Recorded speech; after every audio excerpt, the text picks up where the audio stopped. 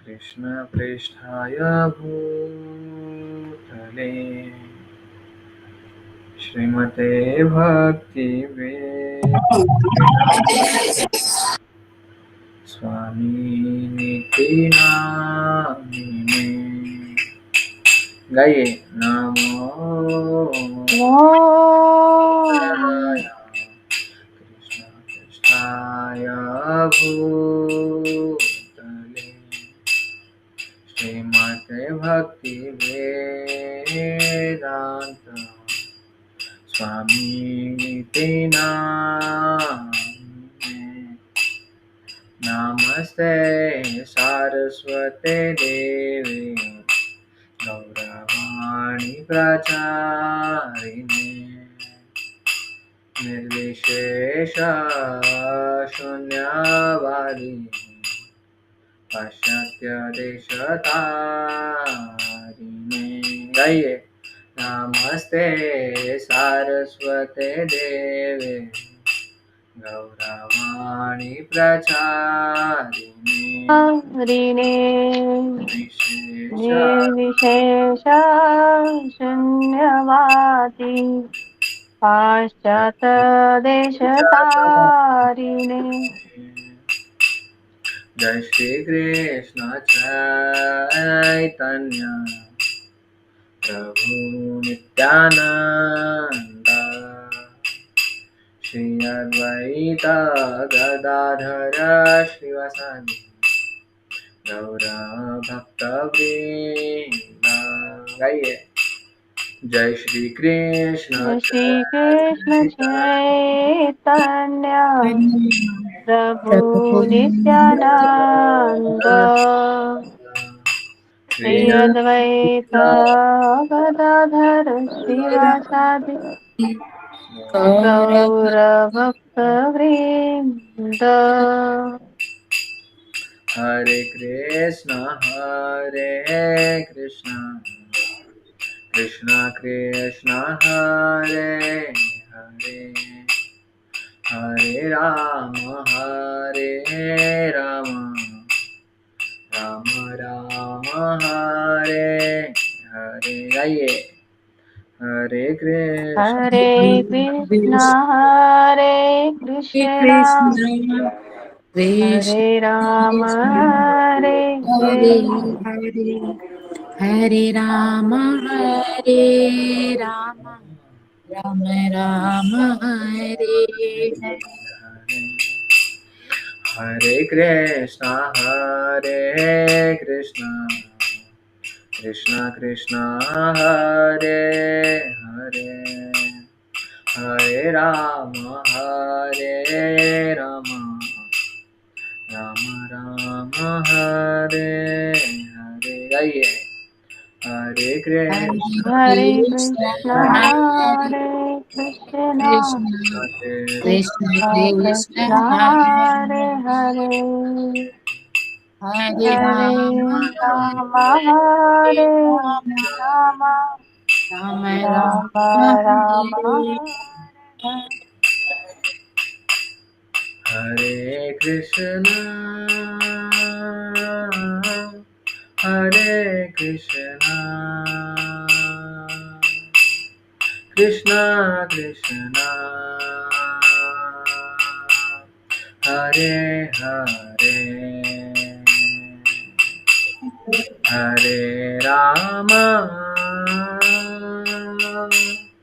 हरे Ram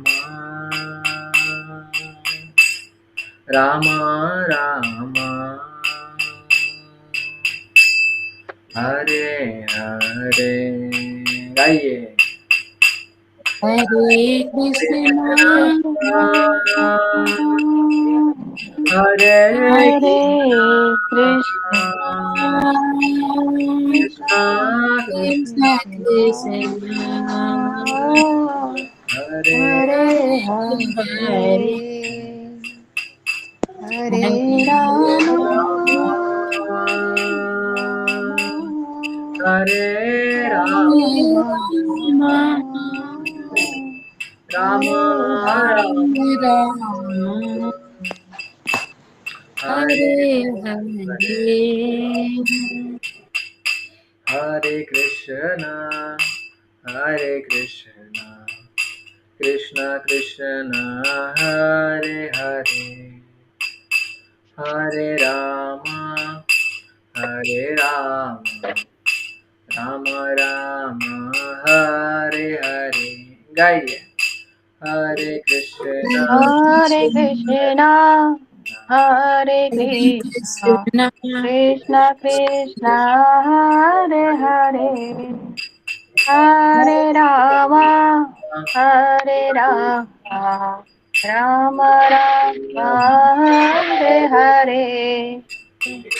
Hare Krishna, Hare Krishna, Krishna Krishna, Hare Hare, Hare Rama, Hare Rama, Rama Rama, Hare Hare, Hare Krishna, Hare Krishna, Krishna हरे Hare Krishna, Krishna, Krishna Hare Hare, Hare हरे Rama, Hare Rama, Hare Rama, Rama Rama, Hare Hare.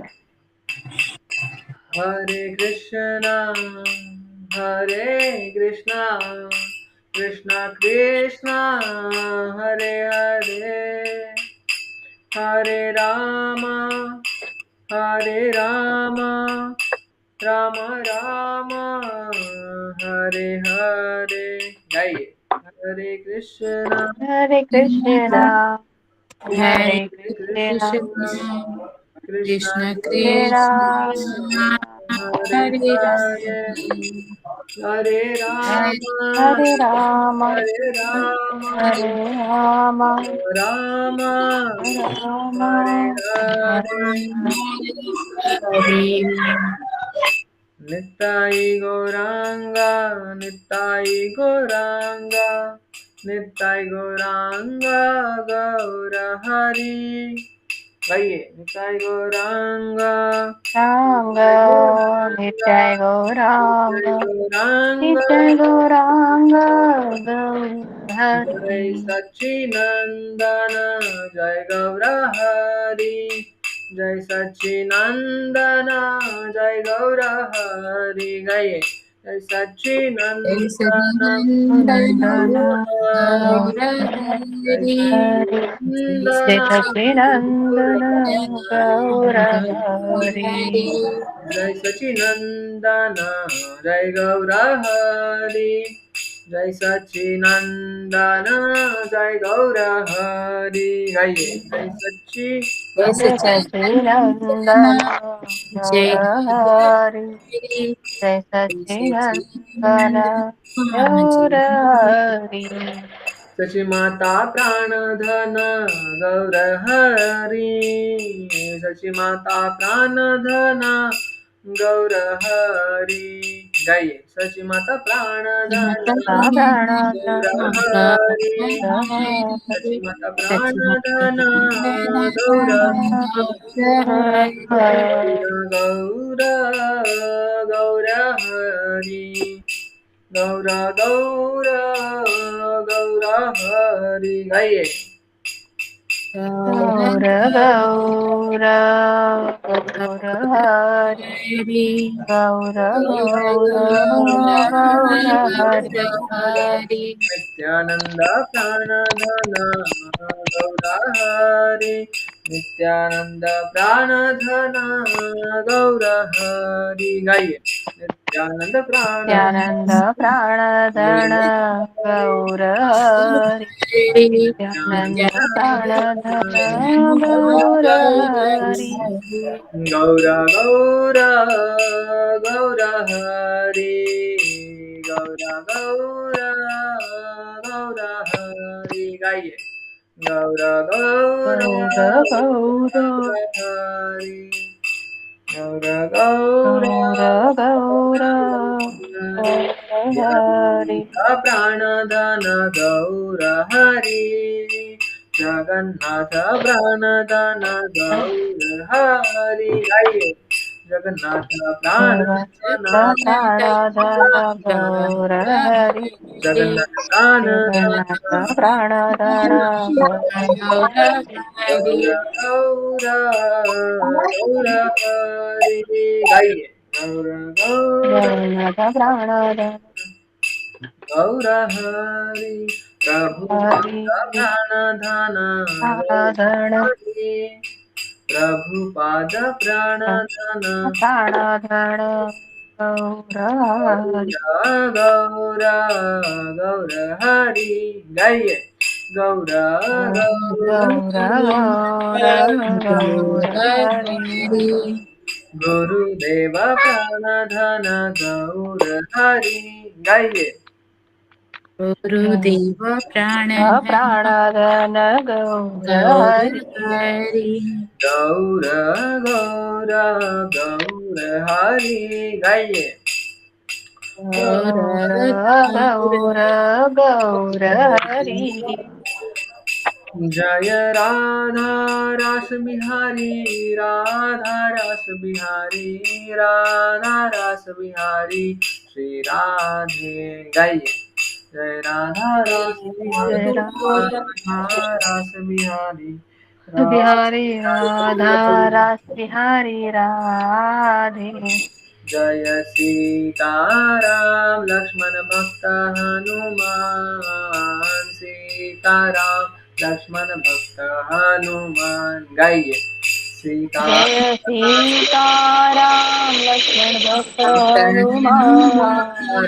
Sitaram Lakshman भक्त हनुमान निताय जय गौरानिताय गौरानिताय जय गौरानिताय गाइए जय जय गौर नीता जय गौर नीता जय गौर नीता जय जय गौरनी कृष्ण बलराम जय कृष्ण बलराम कृष्ण बलराम जय कृष्ण बलराम गाइए कृष्ण जय बलराम कृष्ण जय जय बलराम कृष्ण जय कृष्ण बलराम जय जय कृष्ण कृष्ण बलराम जय कृष्ण बलराम जय जगन्नाथ जय बालदेवा सुभद्रा जय सुदर्शन गाइए जय जगन्नाथ जगन्नाथ जय जय बलदेवा देवा सुभद्रा सुभद्रा सुदर्शन जय लक्ष्मी नरसिंह जय लक्ष्मी नरसिंह लक्ष्मी नरसिंह जय लक्ष्मी नरसिंह गाइए लक्ष्मी जय लक्ष्मी नरसिंह जय नरसिंह जय जय लक्ष्मी नरसिंह लक्ष्मी नरसिंह जय लक्ष्मी नरसिंह जय पंचतत्वा जय पंचतत्वा पंचतत्वा जय पंचतत्वा गाइए पंचतत्वा जय पंच तत्व जय पंच तत्व जय पंच तत्व जय पंच तत्व जय जय प्रभुपाद प्रभुपाद प्रभुपाद जय जय प्रभुपाद गाइए या प्रभुपाद प्रभुपाद जय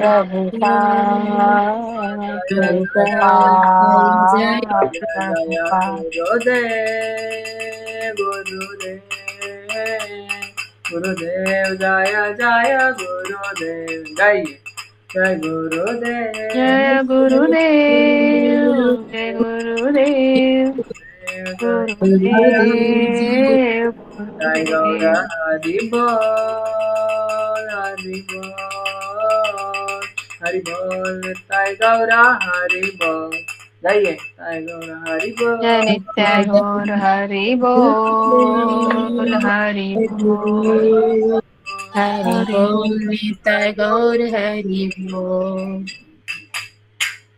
हरिनाम संकीर्तन की बोलिए जय जय जय जय ठीक है कोई मंगलाचरण गाना चाहेंगे कोई इच्छुक भक्त फ्री फील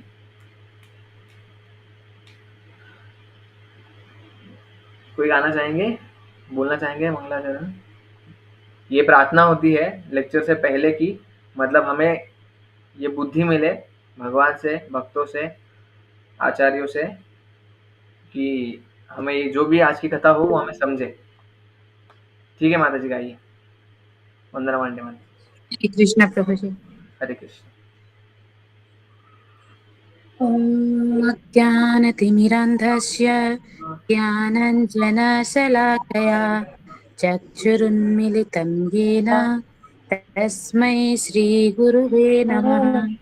श्रीचैतन्यमनोभीष्टं स्थापितं येन भूतले स्वयं रूपः कदा मह्यं ददाति स्वपदान्तिकम्।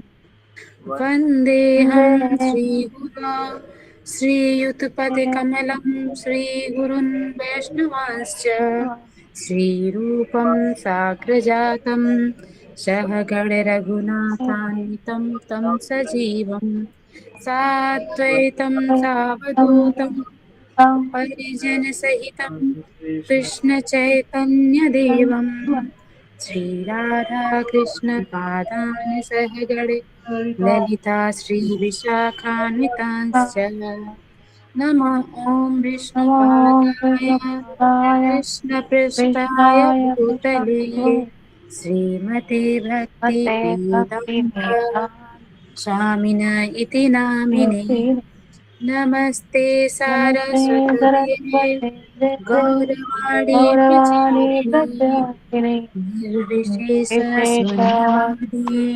पाश्चात्यदेशतारिणे हे कृष्ण करुणा सिन्धु दीनबन्धो जगत्पते गोपेश गोपिका कान्त राधाकान्त नमोऽस्तुते तप्त काञ्चन गौराङ्गी राधे वृन्दावनेश्वरी विश्वानुसुते देवी प्रणमामि हरिप्रिये वाञ्छाकल्पतरुभ्यश्च कृपा सिन्धुभ्यैव च पतितानां पावनेभ्यो वैष्णवेभ्यो नमो नमः। श्रीकृष्ण चैतन्य प्रभु नित्यानन्द श्री अद्वैत गदाधर श्रीवासादि गौरभक्तवृन्द हरे कृष्ण कृष्ण कृष्ण हरे हरे हरे राम राम राम हरे हरे। हरे कृष्ण प्रभु।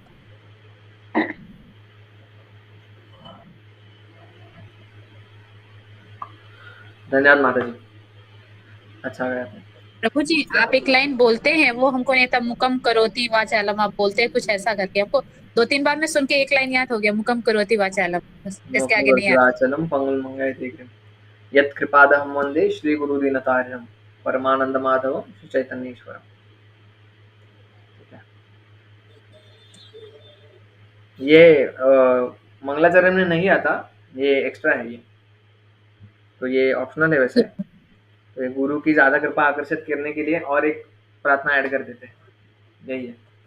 ठीक है, तो मैंने थोड़ा सा नोटिस किया है हमारे भक्तवृंद के बारे में कि देखिए आप ना कीर्तन के समय भी ज्वाइन किया कीजिए, क्योंकि भगवान गीता में बोलते हैं सततम कीर्तयन्तु माम यथन त्रष्ट दृढ़व्रता। मतलब क्या, मेरे कीर्तन, मेरा सतत कीर्तन करो। कई बार लोग बोलते हैं ना, क्या बोलते हैं लोग कि अरे ये ऐसा भगवान ने कहीं नहीं बोला है, एकदम ऐसे पंडितों की तरह बोलते हैं वो। भगवान ने ऐसा कहीं नहीं बोला है कि 24 घंटा मेरे में रहो, मुझे 24 घंटा परेशान मत करो। भगवान ऐसा नहीं बोलते कि मैं 24 घंटे मेरे ही इसमें रहो, है ना। बस मन में मानना चाहिए, मन में मानो भगवान को और बाहर मस्त पाप करो। कई बार लोग ऐसा आपने सुना होगा, हमने तो बहुत बार सुना है, आपने भी बहुत बार सुना होगा, है ना। ये नॉर्मल डायलॉग हो चुका है अभी लोगों का, लोगों को खुद की गीता निकालते हैं अभी लोग, इतने प्रगाढ़ पंडित हो गए लोग अभी, है ना। तो तभी उनको ये बोलना चाहिए कि गीता में भगवान बताते हैं नहीं, मेरा सतत कीर्तन करो। हम सतत कीर्तन करना चाहिए हमें। मुझे बताइए, एक हफ्ते में आपने कितनी बार कीर्तन किया? नहीं किया। इसीलिए ये कीर्तन कीर्तन बहुत इंपॉर्टेंट है ना? महाप्रभु किसका आंदोलन फैलाने आए हैं? कीर्तन का आंदोलन फैलाने आए हैं, है ना? तो कीर्तन में सहभागी होना ये साधारण चीज नहीं है। कोई साधारण जीवात्मा को लाभ ये मिलने की चीज ही नहीं है। आप लोगों की देखिए, तीन तीन प्रकार की सुकृतियां होती है। भक्ति उन्मुख सुकृति, ठीक है, भोग उन्मुख सुकृति और मुक्ति उन्मुख सुकृति, ठीक है। तो हमारी जो भक्ति उन्मुख सुकृति है ना, ये डिसाइड नहीं होती। ये हमें किसी ना किसी भक्त के मार्फत, भक्त के माध्यम से हमारे तक ये कृपा आई हुई होती है। कभी हमने किसी से प्रसाद खा लिया, कभी हमें कोई मंदिर में खिंच के ले गया समझो, कभी हमने समझो कृष्ण का नाम सुन लिया शुद्ध भक्त से, कभी हमने समझो उनसे कीर्तन सुन लिया, उनसे कथा सुन ली गलती से। तो ये ऐसे करते करते हमारी भक्ति उन्मुख सुकृति बढ़ती है, बढ़ती है, बढ़ती है, बढ़ती है। फिर हमें साधुओं का संग प्राप्त होता है, ठीक है। और कीर्तन कीर्तन किसी जीवात्मा को मिल जाए, और ये भगवान भगवान के ऊपर नहीं रहता, ठीक है। कीर्तन कथा, ये जो सुकृति है ना आपकी, ये भगवान की कृपा नहीं है आप पे, ठीक है। ये बात समझ लीजिए। भगवान की कृपा है नो डाउट, लेकिन सबसे पहले किसी ना किसी भक्त ने आपके ऊपर कृपा की होगी। आपको गलती से नहीं, मतलब प्रसाद देके, गलती से आपने किसी किसी के हाथ में भगवत गीता देख ली इवन, तो ऐसे आपकी भक्ति उन्मुख सुकृतियाँ इकट्ठा हुई, तो इसीलिए आप आज लेक्चर में बैठ पा रहे हैं। ऐसा नहीं मेरे लेक्चर में बैठ पा रहे हैं, ऐसा गलत मत समझिए। लेकिन कोई भी लेक्चर में, है ना, भगवान के बारे में गान सुन रहे हैं, भगवान का कीर्तन सुन रहे हैं, तो ये कीर्तन कीर्तन तो सबसे इम्पोर्टेंट चीज है। इसलिए भगवान गीता में पुष्टि करते हैं, सततम कीर्तयन तो माम, सतत मेरा कीर्तन करो। तो ये जो लोग बोलते हैं ना, मन गढ़ंत कहानियां बोलते हैं ना कि अरे मन में चलता रहना चाहिए, मन में बस एक बार भगवान को याद कर लो बस हो गया, और मरने के टाइम पे याद करना है ना भगवान को, तो अभी कर लेते हैं मजा मस्ती जो करना है, ठीक है ना। मरने के बाद एक बार हरे कृष्णा, बस चलो हो गया हमारा गोलोक गमन, है ना, वैकुंठ गमन हो गया हमारा। देखो हम कपट है, हम कपटी है, लेकिन भगवान का एक नाम और भी है, कपट मनुष्य। सबसे बड़े कपटी वो है, सबसे बड़ा कपट वो कर सकते हैं हमारे साथ, इसलिए हम कपट नहीं कर सकते उनके साथ। ऐसा नहीं है कि एक बार मृत्यु के अंत काल में हम नाम ले लेंगे भगवान का, इतना इजी नहीं है। जब आदमी मरता है ना, तो उसकी सीढ़ी चलाई जाती है माइंड में कि उसने फ्लैशबैक पता है ना आपको, पिछले पूरे पूरे जन्म में उसने क्या किया, उसका फ्लैशबैक चलाया जाता है, ठीक है। तो जो चीज उसने ज्यादा की होती है ना, बार बार बार बार बार बार, तो उस चेतना की उसका छाप पड़ता है अंत अंत समय में। और अंत का यम यम वापि स्मरम भावा तजन तंते कलवरम, मतलब जिस चीज का तुम स्मरण करोगे वो तुम्हें गति प्राप्त होगी। तो जो चीज ज्यादा की होगी वही हमें गति प्राप्त होने वाली है, ये निश्चित है। तो ऐसा नहीं कि चलो कीर्तन क्या एक रिचुअल है, एक प्रथा बोलते हैं ना, प्रथा। कीर्तन एक प्रकार का प्रथा है, तो ऐसे नहीं है। कीर्तन में समाविष्ट हुई है ना। महाप्रभु कीर्तन का आंदोलन फैलाने आए हैं, और घर हम कीर्तन ही नहीं करेंगे तो कैसे चलेगा, ठीक है। तो सततम कीर्तयन्तु माम यथन्तश्च दृढ़व्रत, दृढ़व्रत हो जाओ, है ना। कीर्तन करेंगे तो दृढ़व्रत होंगे, दृढ़ता से श्रवण कर पाएंगे। फिर कैसे? कीर्तन करेंगे तो, है ना। तो कीर्तन में कृपा करके सहभागी होइए, है ना। ठीक है, तो शुरू करते हैं। तो हमारा हर बार का सवाल कि हम पिछली बार हमने कहाँ पे एंड किया था, या हम कहाँ पे अभी शुरू करने वाले हैं। चलिए। हरे कृष्णा प्रभु जी। हरे कृष्ण। पिछली बार जहाँ तक मैंने सुना था, एक्चुअली हम लेट से ज्वाइन हुए थे पिछली बार, हाँ। तो पक्षी की आंख बेधने तक हमने सुना था। अच्छा। वो जो द्रोणाचार्य पक्षी की आंख बेधने के लिए सबको बोलते हैं करेक्ट। कि आपने क्या देखा, और अर्जुन बोलते हैं कि अर्जुन को सिर्फ आंख दिखाई देती है। और पिछले बार हमने मेन तो ऋत्विक सिद्धांत डिस्कस किया था, ये याद है सबको? जी जी। हाँ, तो सबसे हमारा ज़्यादा समय उसमें गया था, ठीक है।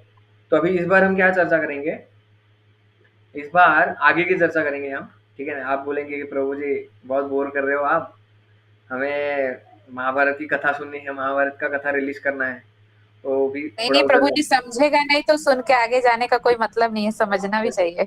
यस माता जी, ठीक है। तो शुरू करते हैं। तो अर्जुन तक एंड हुआ था, अभी ज़्यादा अर्जुन अर्जुन नहीं करूँगा मैं, ठीक है। तो अर्जुन तक ये हुआ था कि एकलव्य, अर्जुन, इनका सब हुआ। फिर उसके बाद आगे आगे आता है कि ये जो बच्चे प्रैक्टिस कर रहे थे, ठीक है।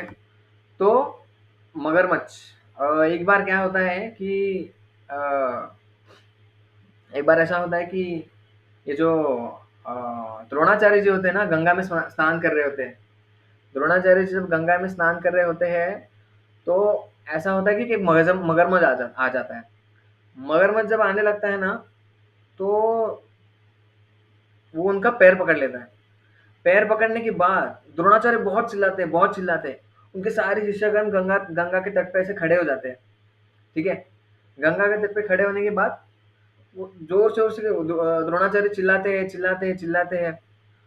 तो उसके बाद क्या होता है कि वो द्रोणाचार्य सहायता मांगते हैं कि अरे मेरी सहायता करो, मेरी सहायता करो, ठीक है, मेरी सहायता करो। तो ऐसा नहीं है कि देखिए अभी द्रोणाचार्य एक महान आचार्य है। कृपया अपना कैमरा बंद कर लीजिए प्लीज। द्रोणाचार्य एक महान आचार्य है, ठीक है। तो ऐसा नहीं है कि उनको जरूरत पड़ेगी, वो इतने बड़े सेना को सिखा रहे हैं कि ना, 100 कौरवों को, 5 पांडवों को सिखा रहे हैं। तो इसका मतलब ये नहीं है कि उनको आवश्यकता थी। द्रोणाचार्य इतने शक्तिशाली है, वो चाहे तो ऐसे मगरमच्छ को ऐसे फाड़ सकते थे, इतना सामर्थ्य रखते हैं द्रोणाचार्य।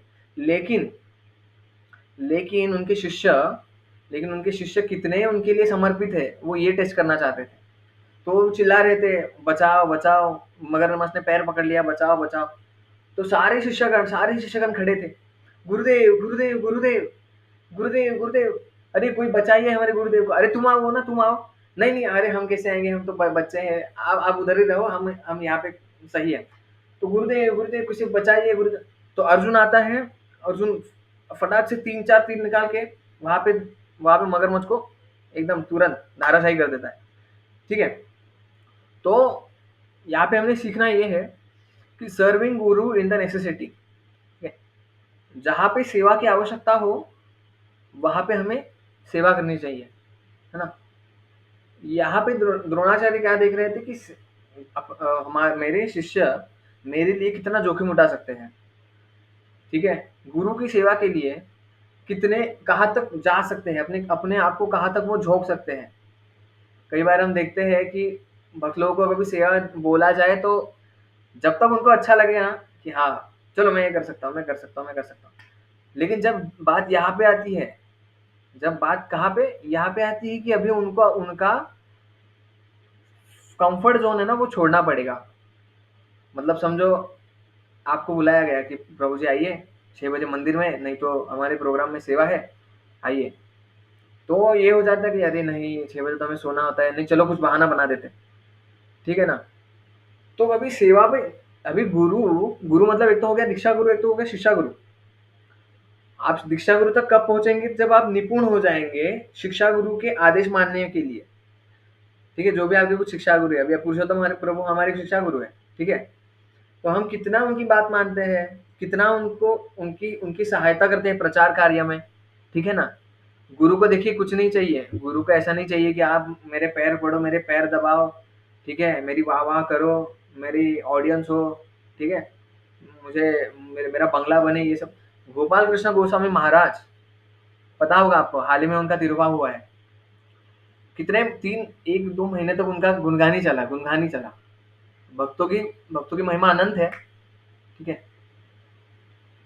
तो कहने का तात्पर्य ये है कि गोपाल कृष्ण महाराज जी ने अपनी जो रियासत होती है ना, विल में उन्होंने क्या लिखा था, मेरे पास मेरे खुद का मेरे खुद की कमाई का ऐसा कुछ है नहीं, मेरे कुछ के खुद एसेट्स नहीं है, ना मेरा कोई घर है, ना मेरी कोई गाड़ी है, ना कुछ है।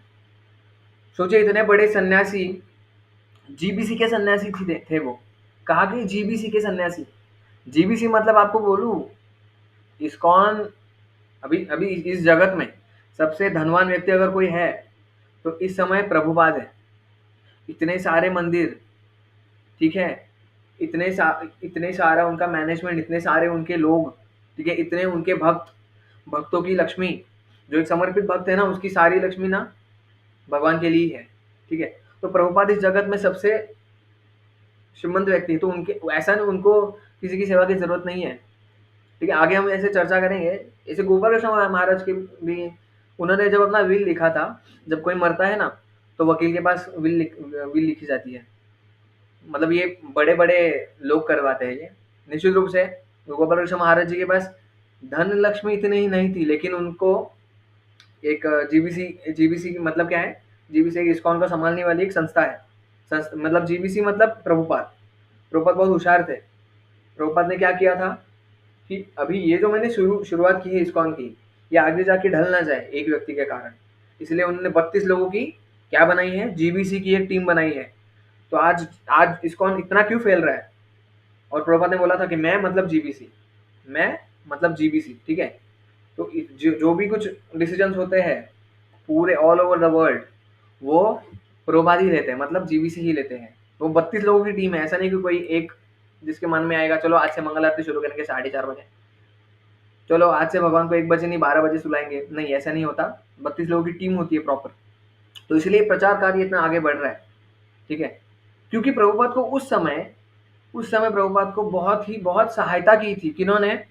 उनके शिष्यगणों ने। प्रभुपाद अकेले थे। अभी देखिए महाराज ये सब जिनका जब आगमन होता है, उनका आगमन होने के बाद हम माला पहना के देने के लिए हजारों लोग होते हैं, है ना, बहुत सारे लोग होते हैं माला पहनाने के लिए, स्वागत करने के लिए। लेकिन प्रभुपाद जब न्यूयॉर्क में उतरे, जलदूत या राजदूत, हाँ राजदूत करके उनका वो शिप था बड़ा वाला। जब वो न्यूयॉर्क पहुंचा, जब वो उतरे ना, उनको स्वागत करने के लिए कोई नहीं था, ठीक है। स्वागत करने के लिए कोई नहीं था उनका, मतलब सेवा करने के लिए उनके कोई नहीं था। कहाँ रहेंगे इसका पता नहीं था, क्या खाएंगे, अगले अगले अगले महीने का रेंट कैसे देंगे, ये तो बात बाद में आई, ठीक है, कि वो रेंट देंगे, घर लिया। लेकिन पहली बार सोचिए ना, आपके पास कुछ नहीं है, आप एक देश में है, अनजान देश में है, आपका पहचान को कोई नहीं है, आप और आप देखो, सोचो आपकी क्या स्थिति होगी, क्या स्थिति होगी आपकी, एकदम असहाय। इस स्थिति में प्रभुपाद ने आज इतना बड़ा इस्कॉन को कहाँ कहाँ पे लेकर छोड़ा है प्रभुपाद ने, है ना। 10 साल में सोचिए, 11 साल में पहले किसी की सहायता ना लेके, है ना, इतने महान गुरु थे हमारे, किसी की सहायता ना लेके बाद में सबको सेवा में जोड़ते जोड़ते जोड़ते आज उस समय 108 मंदिर, है ना, 108 मंदिर बनाए थे प्रभुपाद जी ने। और 10 साल में मैं अहमदाबाद में जब रहा था, तब वहाँ का मैंने स्टोरी सुना था। वहाँ के जो प्रभु जी थे, यशोमती नंदन प्रभु जी थे वहाँ के, देवकी नंदन प्रभु। तो उन्होंने उस अहमदाबाद का मंदिर बहुत अच्छा है, क्रॉस रोड का इस्कॉन अहमदाबाद, वो मंदिर बनाने के लिए 30 साल लगाए। कंपेयर नहीं कर रहा हूँ मैं बता, उन्होंने भी बहुत झेला। वो रशियन थे, रशिया में गए थे, रशिया से वो यहाँ पे आए, प्रभुपाद जी की आज्ञा पे उन्होंने मंदिर स्थापन किया, है ना। तो कहने का तात्पर्य ये है कि कितना समर्पण किया उन्होंने प्रभुपाद के लिए, इस हरे कृष्ण आंदोलन में कितना समर्पण किया। Serving Guru in the necessity, जब गुरु को सच में सेवा की आवश्यकता है तो उन्होंने कितना समर्पण दिखाया है प्रभुपाद जी के शिष्यों ने। तो ये हमें उनसे सीखना है। तो यशोमती नंदन प्रभु जी ने 30 साल लगे उनको उस मंदिर का निर्माण करने के लिए, एक भव्य मंदिर का निर्माण करने के लिए। और उसी जगह पे प्रभुपाद जी ने 11 साल में 108 मंदिर, सोचिए 11 साल में 108 मंदिर बना लिए प्रभुपाद ने। अभी तो खैर 800 900 के आगे है मंदिर। हम देखते हैं कि प्रभुपाद जी जब इस्कॉन मतलब इस धरातल को छोड़ के गए ना, तभी भी इस्कॉन फला फूला। क्यों? क्योंकि प्रभुपाद जी की आज्ञाओं का पालन किया। गुरु ने क्या बोला है, उनकी आज्ञाओं का पालन किया, इसलिए आज इस्कॉन इतना फल रहा है, फूल रहा है। लेकिन भौतिक जगत में आप देखो ना, कोई एक आदमी अगर कुछ संस्था शुरू करता है, तो वो व्यक्ति जाने के बाद संस्था पूरी ढल जाती है। क्यों? क्योंकि लोग समर्पण नहीं दिखाते ना, लोग पूजा लाभ प्रतिष्ठा अपना अपना कुछ रहता है, मेरा भी कुछ स्वार्थ होना चाहिए। प्रभुपाद के शिष्यों ने ये नहीं सोचा। प्रभुपाद के शिष्यों ने क्या देखा कि हमारे गुरु के लिए अभी क्या आवश्यक है, इस हरे कृष्ण आंदोलन के लिए क्या आवश्यक है, ठीक है? तो उस आवश्यकता को पूर्ण करने के लिए, गुरु के आदेश को पूर्ण करने के लिए उन्होंने अपना समर्पण दिखाया है। मैं ऐसा नहीं बोल रहा हूँ कि आप इतना समर्पण दे दो अभी के अभी। कहने का तात्पर्य ये है कि जैसे अर्जुन ने अपने गुरु की सहायता की ना, आवश्यकता में। अर्जुन भी बोल सकता था, अरे यार मैं अभी मेरे गुरु की सहायता करूँगा, लेकिन मुझे कुछ खा लिया, मुझे कुछ कर लिया मगरमच्छ ने तो मैं किसी बड़े आदमी को, बच्चे थे ये लोग तभी, मैं किसी बड़े आदमी को आने देता हूँ और फिर वो बचाएँगे द्रोणाचार्य जी को। उसने ऐसा नहीं सोचा। उसने खुद को जोखिम में डाला, है ना? उसने खुद को कंफर्ट ज़ोन से निकाला। पहली बात तो हम इतने कंफर्ट ज़ोन में हैं ना अभी, है ना? बहुत कंफर्ट ज़ोन में हैं अभी, ठीक है? प्रभुपाद जी के समय में आप सोच नहीं सकते, भक्तों को अगली महीने के रेंट देने के तक भी पैसे नहीं थे। इतना उनका इतने आपको बोलूँ, अगले रेंट का सोचिए ना, अभी आपका समझो घर है, अगले महीने का आपको रेंट नहीं है, कैसे होगा ना? तो ऐसे-ऐसे दिन देखे हैं प्रभुपाद के शिष्यों ने, और अभी आज आज इस्कॉन को इतने ऊँचे शिखर पर छोड़ आए हैं वो। ये हमारी ज़िम्मेदारी है अभी, ठीक है? ये हमारी ज़िम्मेदारी है कि ये इस हरे कृष्णा आंदोलन को, महाप्रभु के आंदोलन को हम कहाँ तक लेके जाएँगे अभी, है ना? हम ऐसा नहीं है कि ठीक है चलो संडे प्रोग्राम है, चलो आ गए, चलो आज क्या सुनाएँगे प्रभु जी, चलो सुनाइए, आज कौन-सा नया आइटम पेश करेंगे, है ना? हम जाते हैं, कथा में जाते हैं, बैठते हैं, प्रसाद पाते हैं, मस्त घर पे निकल आते हैं, है ना? तो है ना, ये हम कुछ ज़्यादा सेवा में एंगेज नहीं हो रहे हैं। ये वो आपके ऊपर है, आपके समर्पण के ऊपर है कितना आपको होना है। लेकिन यहाँ पे ये देखना चाहिए कि देखते हैं हम कि हाँ, चलो अभी सेवा है, देखते हैं बहुत लोग कर रहे हैं, चलो अच्छा है, सही है, करो मस्त। हम लोग क्या करेंगे, मज़ा लेंगे, ठीक है? देखिए, प्रभुपाद जी जब पहुँचे थे ना, तब सक्सेस स्टोरी, कुछ सक्सेस नहीं था इस्कॉन को। 1 साल प्रभुपाद जी ने बहुत परिश्रम किया। 1 साल में, हाँ, प्रभुपाद जी ने 1 साल में इस्कॉन की स्थापना की थी। 1 साल में इस्कॉन का स्थापना किया था प्रभुपाद जी ने, ठीक है? तो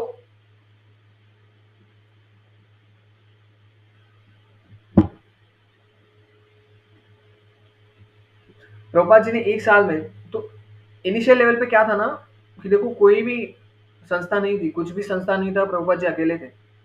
लेकिन प्रभुपाद जी ने, एक होता है ना एक सक्सेस स्टोरी क्रिएट करना और एक सक्सेस स्टोरी का पार्ट बनना, इसमें ना बहुत अंतर है। अभी हम जो इस्कॉन अभी अभी हम जो आए हैं ना, ये चलो ना, चलो एक इस्कॉन की नदी बह रही है, ठीक है? उसमें हम लोग आ गए हैं। लेकिन ये जो पहले के जो परिश्रम लगे हैं ना, ये हरे कृष्ण आंदोलन को शुरू करने के लिए, ये हमें नहीं पता। ये हमें नहीं पता। इसलिए हम जब भक्तों के चरित्रों के बारे में सुनेंगे ना, रूप गोस्वामी, जीव गोस्वामी, ठीक है? ये तो गोस्वामीज़ हो गए, लेकिन अभी के प्रभुपाद जी के शिष्यों ने क्या-क्या किया, प्रभुपाद जी ने क्या किया, प्रभुपाद जी के गुरु महाराज ने, प्रभुपाद जी के गुरु महाराज के गुरु महाराज ने, उनके गुरु महाराज ने, फिर गोस्वामी ने क्या-क्या किया, कितने परिश्रम किए, आपको पता है? अभी हमारे फ़ोन में पड़ा हुआ होता है भागवतम, भगवद गीता, है ना? चैतन्य चरितामृत। भक्ति विनोद ठाकुर जी को चैतन्य चरितामृत की एक प्रामाणिक कॉपी, ऐसा नहीं किसी ने अपने-अपने विचार डाल दिए। एक प्रामाणिक कॉपी प्राप्त करने के लिए 11 साल लगे थे। कितने साल लगे? 11 साल। और आज हमारे चैतन्य चरितामृत फ़ोन में पड़ा हुआ होता है। लेकिन हमें कदर है? नहीं है। क्योंकि बहुत सहजता से हमें उपलब्ध हुआ है ना। जो हमें सहजता से उपलब्ध होता है ना, उसकी हमें कदर नहीं रहती, है ना? जो इसलिए अभी इस्कॉन में ना लक्ष्मी चार्ज करने लगे। दीक्षा लेनी हुई तो आईडीसी कोर्स करना पड़ेगा, तो आईडीसी कोर्स के 1000 रुपए। तो जब व्यक्ति कुछ देता है ना, तो अपना अटेंशन देता है फिर वहाँ पे, है ना? मैं आपको अगर सोना ऐसे मुफ्त में दे दूँ, है ना? 5 ग्राम सोना, 10 ग्राम सोना ऐसे मुफ्त में दे दूँ, आपको उसकी कदर नहीं रहेगी। लेकिन आप खुद के परिश्रम से आप अगर कमाएँगे, तो आपको उसकी कदर रहेगी। तो इनिशियल फेज में क्या होता है ना, प्रभुपाद अकेले थे। प्रभुपाद ने एक सक्सेस स्टोरी बिल्ड की, ठीक है? उसके बाद अभी हम जो है ना, हम क्या कर रहे हैं? हम बस सक्सेस स्टोरी में जुड़ रहे हैं, है ना? कई बार लोग है ना आते हैं इस्कॉन में, बाहर के लोगों की बात कर रहा हूँ मैं। कई बार लोग इस्कॉन में आते हैं, चलो इस्कॉन, अरे हाँ, हम भी इस्कॉन फॉलोअर है। हम भी इस्कॉन फॉलोअर हैं, ठीक है? एकदम कॉलर टाइट करके, तिलक पहन के, मस्त एक कंठी माला डाल के, ऐसे करते कि चलो हम भी इस्कॉन का पार्ट है। लेकिन इस्कॉन का पार्ट है तो इस्कॉन के लिए उतनी सेवा भी करनी चाहिए हमें। हमें गुरु के लिए उतनी सेवा भी करनी चाहिए, है ना? ऐसा नहीं कि संडे प्रोग्राम में आए, मस्त हाथ हिला के बैठे, लेक्चर सुना, हरि बोल, हरे कृष्णा कीर्तन हो गया, चलो प्रसाद हो गया, निकलते हैं हम, हरे कृष्णा। ये ठीक है, ये अन्य लोगों से बहुत ही बेटर है। लोग मूवीज के लिए जाते हैं, कहीं पे जाते हैं, इससे तो बहुत ही उच्चतर है ये चीज, बहुत ही उच्चतर है। लेकिन उससे भी उच्चतर ये है कि हम आप जब सेवा करेंगे ना, आप जब सेवा करेंगे, ठीक है? सेवा करने के बाद आप देखेंगे भक्त लोग प्रसाद ले रहे हैं, है ना? सेवा करने के बाद कि अरे अभी कीर्तन अच्छे से चल रहा है, सब कथा भी अच्छे से हो रही है, क्या सेवा किसके लिए क्या लग रहा है, गुरु गुरु को किस चीज़ की सेवा की ज़रूरत है, ये अब हम देखेंगे ना, तो आपकी एक तो होता है बॉडीली नीड्स होती है हमारी, एक तो होती है एक तो होती है आत्मा की नीड, एक तो होती है बॉडी की नीड। कंफर्ट ज़ोन हमारा हमारी शरीर को हमें एकदम अच्छे से, शरीर का एकदम मस्त टिप टॉप रखेगा, कंफर्ट ज़ोन हमारा, जो कि शरीर की नीड है। और इससे ना आपको एकदम 1 घंटा, 2 घंटा, 3 घंटा, मैक्सिमम 1 दिन, इतनी आपको संतुष्टि होगी। लेकिन ये जो सेवा करने के बाद जो संतुष्टि मिलती है ना, ये नित्य है, ठीक है? क्योंकि शरीर तो नित्य है नहीं, शरीर तो कुछ सालों के बाद ढलना ही है, झरना ही है ना? शरीर तो कुछ सालों के बाद झड़ना ही है। तो भले भले ही ऐसे कंफर्ट में झड़ाए हम अपने शरीर को, इससे अच्छा ये है कि हम सेवा करते करते अपने शरीर को स्खलित करें। शरीर तो एक दिन वैसे भी स्खलित होना ही है, तो इसमें भगवान की सेवा में स्खलित कीजिए, ठीक है ना? जितना ज़्यादा भोग करेंगे उतनी आयु तो कम होगी, जितना ज़्यादा सेवा करेंगे ना, ऐसा नहीं है कि आपकी भागवतम में कहा जाता है कि भक्तों की आयु कभी हरी नहीं जाती, भक्तों की आयु कभी हरी नहीं जाती, भक्तों की आयु ऐसी ही वैसी रहती है। तो आप बोलेंगे कि हम भी भक्त लोग भी तो मरते हैं, भक्तों का भी आयुर्भाव तिर्भाव होता है। लेकिन भक्तों के केस में कैसा है ना, आयुर्हरति वैपुंसा उद्यन अस्तिन संशय, मतलब आयुर्हयति वैपुंसा, आयु किसकी हरी जाती है? जो भौतिक कार्यों में लगा है उनकी आयु हर ली जाती है, भक्तों की आयु नहीं हरी जाती, है ना? भक्तों का दिखेगा, ऊपर के ढंग से वो दिखेंगे कि उनका शरीर स्खलित हो रहा है, प्रभु जी को डायबिटीज हो गया, प्रभु जी का ऑपरेशन हो गया, है ना? प्रभु जी को अभी ये बीमारी लग गई। लेकिन उनकी जो आत्मा है, आप उनके आत्मा को नहीं देख पाते हैं। वो जो चीज़ है ना, ये अनुभव करने की बात है, ये बोल के समझ आने की बात नहीं है। ये जो सेवा करने के बाद जो संतुष्टि मिलती है ना, ये अनुभव करने की बात है। आप में से कई भक्तों ने आपने एक्सपीरियंस किया होगा, जब चलो प्रसाद जब दिखता है, चलो प्रसाद आ गया, लेकिन आपने सोचा होगा कि नहीं प्रसाद पहले नहीं बैठेंगे, बाद में बैठेंगे, ठीक है? बाद में बैठेंगे तो सब भक्तों का प्रसाद हो गया, फिर आप चलो अभी मैं बैठूंगा।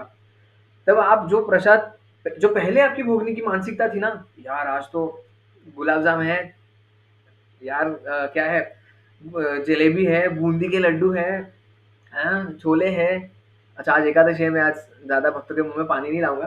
लेकिन कहने का तात्पर्य ये है कि आप जो पहले आपकी भोगने की भावना होती है, लेकिन वो आप अगर सेवा के बाद करते हो, मेरा मेरा तो अनुभव है, सेवा के बाद अगर किया ना, तो ऐसा लगता है नहीं अभी इससे हम नहीं भी खाएँगे तो भी चलेगा, लेकिन सुबह रात को नींद लगी इसलिए थोड़ा हम खा लेते हैं। लेकिन जो हमारा भोगने का भाव होता है ना, वो बहुत कम एकदम ऐसे कम हो जाता है।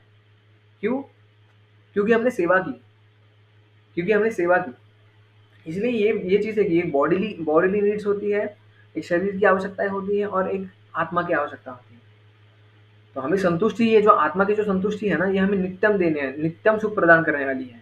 और ये शरीर के जो सुख है ना, शरीर के जो कम्फर्ट ज़ोन्स, नहीं प्रभु जी मैं प्रसाद नहीं बाँटूँगा, नहीं प्रभु जी मुझे अभी घर जाना है, मुझे सोना है, मैं अभी सेवा नहीं करूँगा, ठीक है? तो प्लीज़ जाने दीजिए। ये जो शरीर के कम्फर्ट है ना, आपको इतनी देंगे, आपको सुख देंगे, लेकिन इतना भी सुख नहीं देंगे जो कि सेवा करने के बाद मिलेगा। तो यहाँ पे हमें ये समझना चाहिए कि सेवा करना कितना इम्पोर्टेंट है। और विशेषतः पहले पहले तो आप ऐसी सेवा करिए कि चलो आपका आपका नेचर क्या है, आपके नेचर के हिसाब से सेवा कीजिए। प्रभु जी को बोलिए कि प्रभु जी मैं ऐसा-ऐसा सेवा करने में इच्छुक हूँ, तो मुझे वैसे तो प्रभु जी आपको वैसे-वैसे सेवा में एंगेज करेंगे। लेकिन एक स्तर ऐसा आ जाता है कि कभी फिर आप अपने आप को इतना समर्पित करते हो कि प्रभु जी बताइए क्या सेवा है? बताइए प्रभु क्या सेवा है? तो आप समझ लीजिए कि अभी हम भक्ति में हमारी गाड़ी अच्छी चल रही है, ठीक है ना? Serving Guru in the necessity that is top most, है ना? सेवा में भी एक स्तर है। पहले तो मुझे जो अच्छा लग रहा है वो सेवा करूँगा। पहले तो मुझे नहीं अच्छा लग रहा है, मैं नहीं सेवा करूँगा। दूसरा मैं मुझे अच्छा लग रहा है, वो सेवा करूँगा। तीसरा गुरु को क्या अच्छा लग रहा है उसकी सेवा करूँगा। चौथा गुरु की क्या आवश्यकता है, गुरु को क्या अभी आवश्यकता है, हमारी मूवमेंट में किस जगह पे लूप होल्स है, वो लूप होल्स हमें बुझाने हैं, कहाँ पे कमी पड़ रही है, वहाँ पे हमें सेवा देनी है ना? 4 प्रकार के शिष्य रहते हैं। एक ऐसा शिष्य जो जो गुरु बोले तो मानता भी नहीं है। एक दूसरा ऐसा शिष्य जो गुरु बोलेंगे बस उतना ही करेगा। मेरे लिए पानी लाओ, हाँ पानी लाया। अरे बहुत ठंडा है, प्रभु जी गुरुदेव आपने ठंडा कुछ बोला नहीं, मैंने तो वैसे भी लेके आया। मतलब जितना बोला उतना ही करेंगे। तीसरे श्रेणी के भक्त ऐसे हैं जो गुरु ने बोला वो उतना एकदम टिप टॉप करेंगे। और चौथे श्रेणी के भक्त हैं, उच्चतर श्रेणी के, जो गुरु के मन की बात समझ लेंगे। अच्छा अभी गुरुदेव को क्या चाहिए, ठीक है, अभी हम गुरु के संपर्क में इतना डायरेक्टली नहीं आ रहे, तो ऐसा मत सोचिए कि प्रभु जी हमारे हमारे जीवन में तो एकदम ऐसा पर्सनल हमारे साथ बैठने के लिए ऐसा गुरु है ही नहीं। ऐसी बात नहीं है, ये आगे की चर्चा हो रही है। कहने का तात्पर्य ये है कि हमें सेवा उन्मुख होना है, हमें भोग उन्मुख नहीं होना है। ठीक है, आगे बढ़ते हैं। ठीक है, तो ये ऐसा हो गया ना कि अर्जुन ने उनको बचा लिया। फिर उसके बाद ऐसा क्या होता है, धीरे-धीरे ये बच्चे बड़े होते हैं, उसके बाद उनकी सब ट्रेनिंग खत्म हो जाती है, फिर आयोजन होता है रंगशाला का। रंगशाला पता होगा आपको। कॉलेजेस में, स्कूल में रंगीत तालीम होती है। रंगीत तालीम मतलब क्या? जो भी उन्होंने प्रैक्टिस की है परफॉर्मेंस करने के पहले, तो वो एक डेमो होता है। तो कुछ गलतियाँ होंगी तो वो वहाँ पे करेक्शन कर देते हैं। तो वैसे रंगशाला का आयोजन किया गया। तो रंगशाला में पहले युधिष्ठिर महाराज आए। युधिष्ठिर महाराज ने एकदम अच्छे से भाला वगैरह चलाया। यहाँ से यहाँ पे सैनिक आए, यहाँ पे उनको डॉज किया। यहाँ पे सैनिक आए, यहाँ पे उनको डॉज किया। एकदम अच्छे युधिष्ठिर महाराज भाला चलाने में बहुत पारंगत थे। तो एकदम गोल-गोल ऐसा भाला, ऐसे पीछे से, ऊपर से, नीचे से, अगल से, बगल से, ऐसा एकदम निपुण उन्होंने एकदम अपना युद्ध कौशल दिखाया। उसके बाद उसके बाद उन्होंने उसके बाद ऐसे करते-करते नकुल, सहदेव ये सब 100 भाइयों ये सब आने लगे। उसके बाद आए कौन? दुर्योधन और भीम। दुर्योधन और भीम जब आए, दोनों गदाधारी, ठीक है? दोनों गधा में युद्ध करने लगे। फिर एकदम जैसे जैसे भीम कर रहे थे वैसे दुर्योधन कर रहे थे, एकदम युद्ध कौशल दिखा रहे थे। फिर उन्होंने बोला कि एक दूसरे पे दिखाते हैं अभी हम। तो जब युद्ध कला एक दूसरे पे दिखाने लगे, तो ये जो रंगशाला का जो माहौल था, वो किसमें परिवर्तित हो गया? वो परिवर्तित हो गया युद्ध में।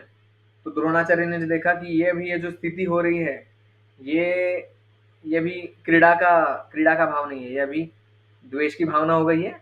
तो इसे हम तो द्रोणाचार्य जी ने वहाँ पे ही उनको रोक दिया। ठीक है, उसके बाद एकदम महान भगवान के महान भक्त की एंट्री होती है। किसकी एंट्री होती है? अर्जुन की एंट्री होती है अरण्या में। अर्जुन की एंट्री जब होती है, एकदम एकदम अद्भुत तरीके से अर्जुन एंट्री करते हैं, नॉर्मल तरीके से एंट्री नहीं करते।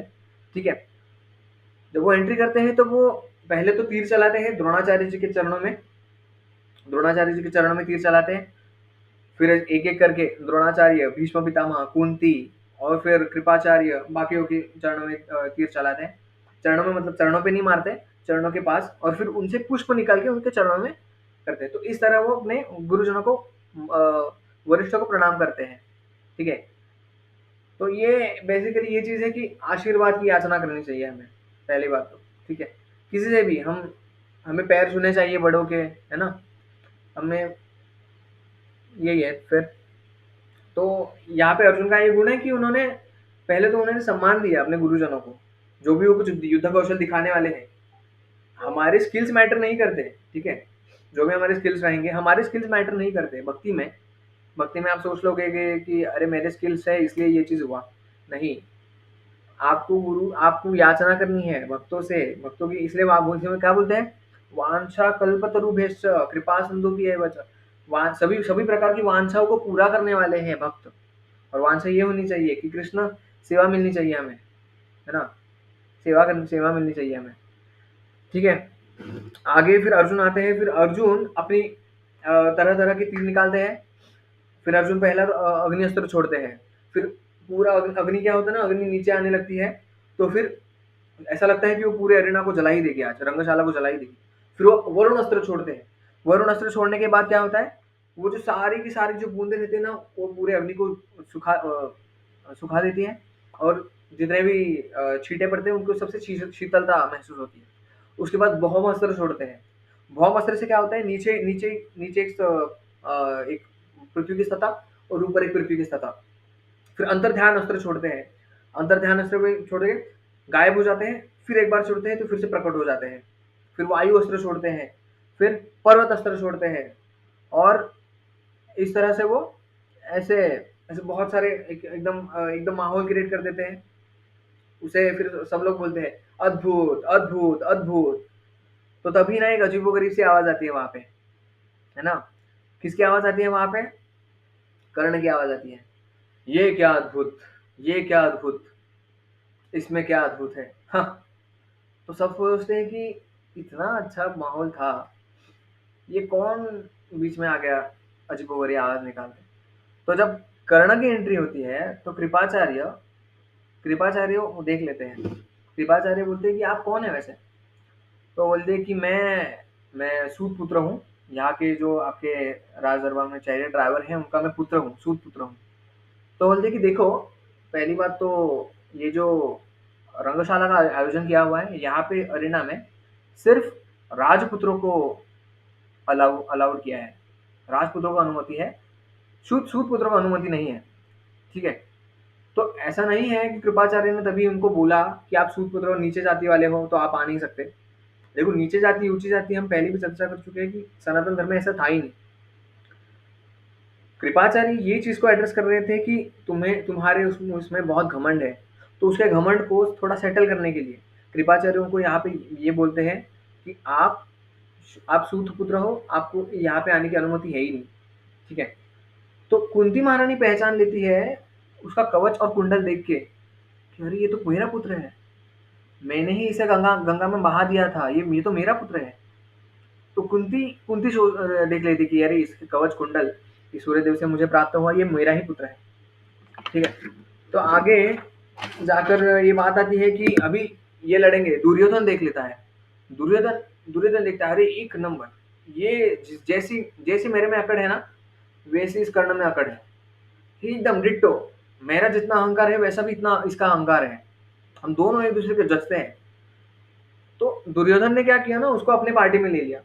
कैसे, उसको बोल दिया कि अरे ऐसे कैसे आप सूतपुत्र बोल सकते हैं, ऐसे यही है ना कि इसके पास कोई राजा, ये राजा नहीं है, ये राजा बनना चाहे तो मैं अपने अपने यहाँ का अंग अंग राजा मैं उसको बना देता हूँ, मैं उसको अंग देश दे देता हूँ।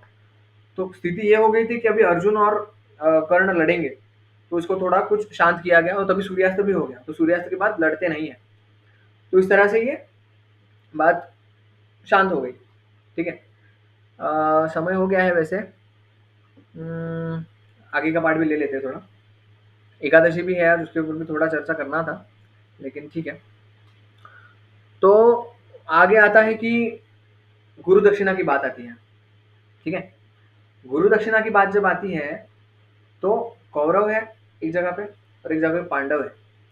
तो गुरु दक्षिणा में द्रोणाचार्य ने सोचा हुआ होता है कि मेरा जो दोस्त है द्रुपद, जिसने मुझे बहुत ही पहले तो मुझे वादा किया, आश्रम में हम जब साथ में थे, अरे दोस्त हम मित्र है अभी, है ना, आश्रम में उन्होंने एक साथ शिक्षाएं ग्रहण की होती है, हम मित्र है अभी, तुम्हें जो भी कुछ कुछ सहायता की जरूरत हो हक से मांगना, एक मित्र के इस हैसियत से मांगना।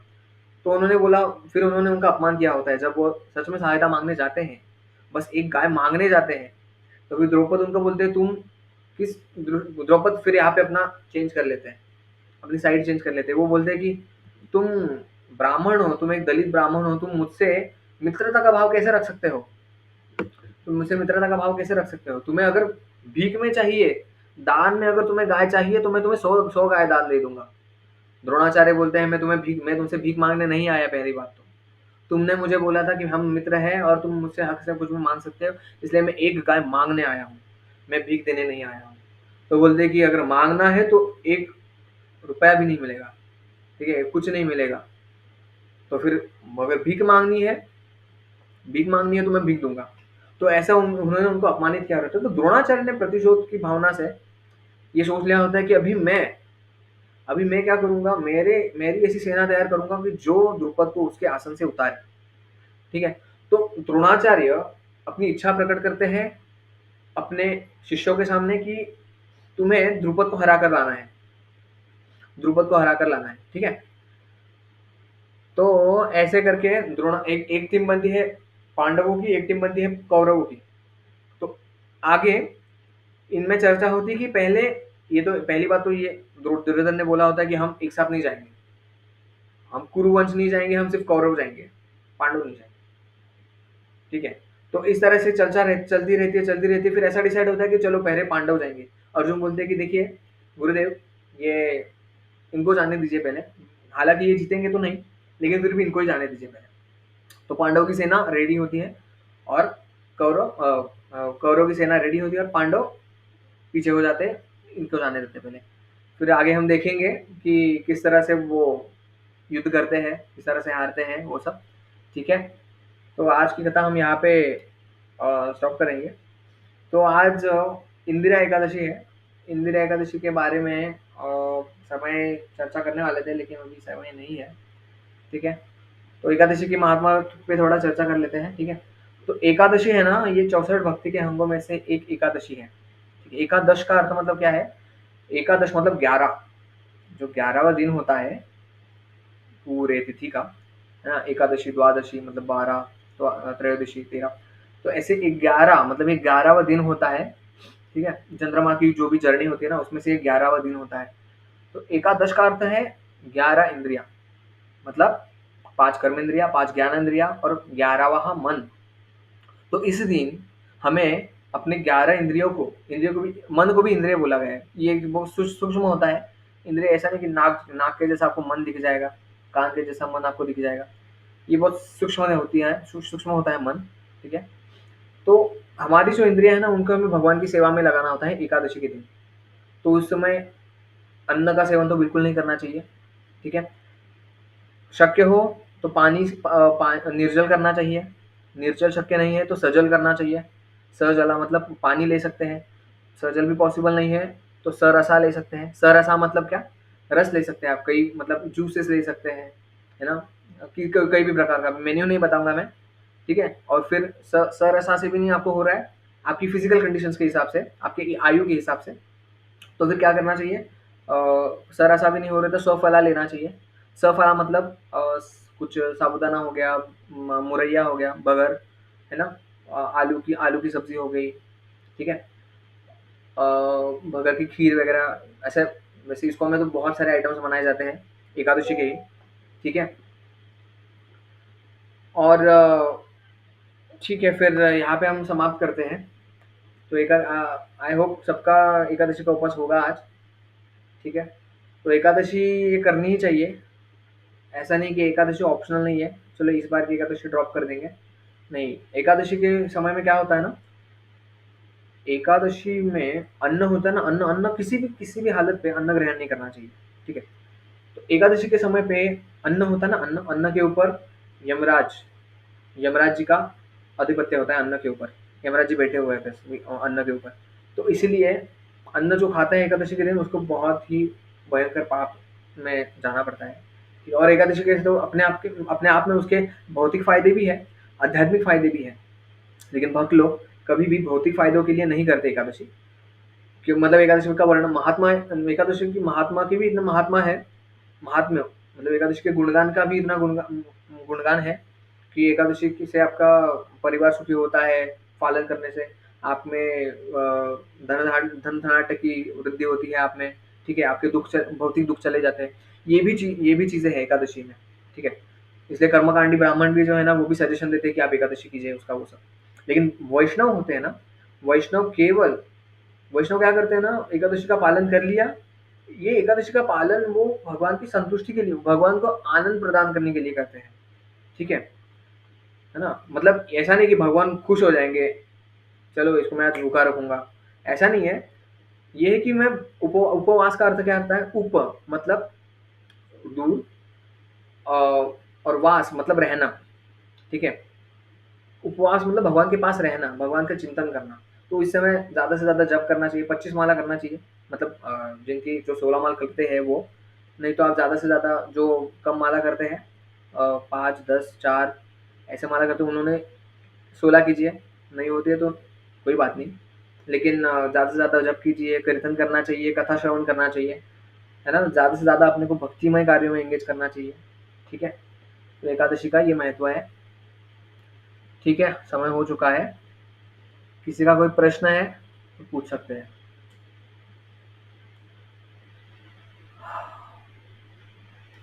ठीक है, किसी का कोई प्रश्न है नहीं?